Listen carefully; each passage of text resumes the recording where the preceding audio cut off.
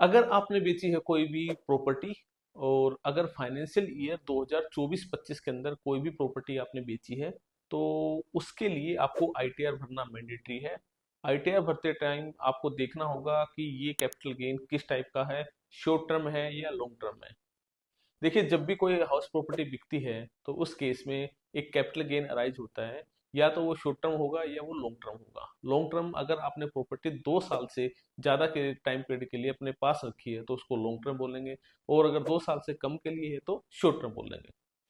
अब जब भी आप अपनी प्रॉपर्टी बेचते हैं तो अपने टैक्स की कंप्यूटेशन करने से पहले आप उसमें देख लीजिए कि वो आपको इंडेक्सेशन का बेनिफिट। तो जब भी आप अपनी प्रॉपर्टी बेचें और टैक्स की अपनी कंप्यूटेशन करवाएं या टैक्स की कैलकुलेशन करवाते हैं तो आपको देखना पड़ेगा कि आपको एक इंडेक्सेशन का बेनिफिट मिलता है या नहीं मिलता है। देखिए, इंडेक्सेशन का मतलब है कि आज से 10 साल पहले आपकी इस प्रॉपर्टी की वैल्यू क्या थी, और अगर उसी वैल्यू को और अगर उसी प्रॉपर्टी को अगर आप आज खरीदते हैं तो उस वो प्रॉपर्टी की कॉस्ट क्या होगी।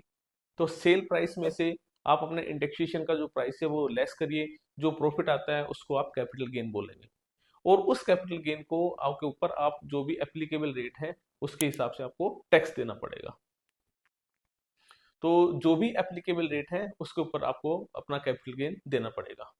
और अब अगर आपको ये कैपिटल गेन बचाना है तो सरकार ने प्रोविजन दिए हुए हैं। तो सबसे बेसिक प्रोविजन है वो है आपका सेक्शन 54, यानी कि आप उस प्रॉपर्टी को बेच के एक या तो एक नई प्रॉपर्टी ले लीजिए और उसका मकान कंस्ट्रक्ट कर दीजिए, तो आपको टैक्सेशन का बेनिफिट मिल जाएगा।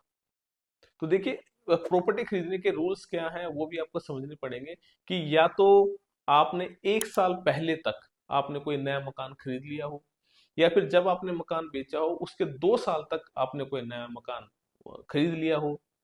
और अगर आप मकान नहीं खरीद रहे, अगर आप मकान कंस्ट्रक्ट करना चाहते हैं तो आपको 3 साल का टाइम पीरियड दे दिया जाएगा।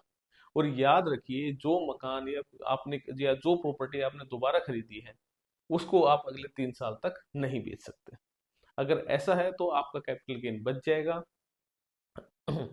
आप उस प्रॉपर्टी को बेच नहीं सकते।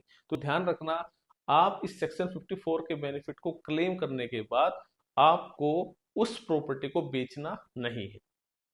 तो ये आपको ध्यान रखना पड़ेगा। इसके अंतर्गत आपके जो खर्चे हैं वो सारे लेस होंगे।